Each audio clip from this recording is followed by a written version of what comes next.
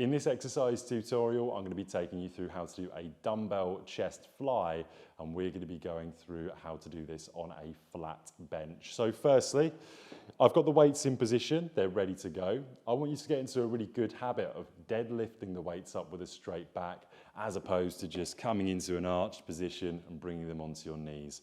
So firstly, what I'm going to do is I'm going to squat down, nice straight back, pick up the weights, pop them on my knees.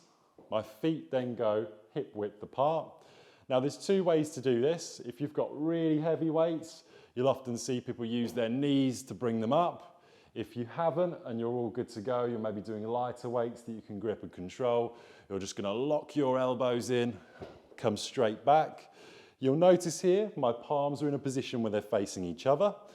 I'm going to press directly up from that position. And what I want you to think of is that these weights should be above your chest. They shouldn't be above the shoulder.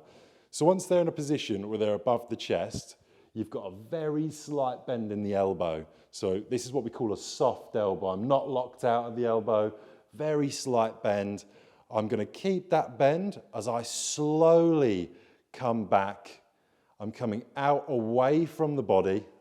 My elbow goes just below the position of my shoulder, and then I come straight back up. So very slowly, keeping that soft bend in the elbow. I should feel the chest stretching and then contracting on the way back in. Notice how I don't clang the weights, so you don't want to create any injury. You don't want to throw yourself off with heavy weights. So the weights never touch each other.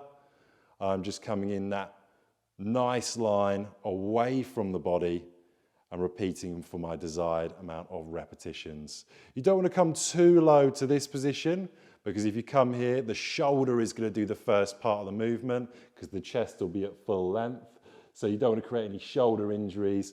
Once you're done, you bring the weights directly down. You can pop your knees up if you want to, if you're doing heavy weights.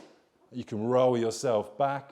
Alternatively, if you're doing lighter weights, and you're able to just crunch up, you can also do that as well. So that's how to do a dumbbell chest fly, and that's how to do it with a flat bench. Of course, you'd repeat that for your desired amount of sets and repetitions.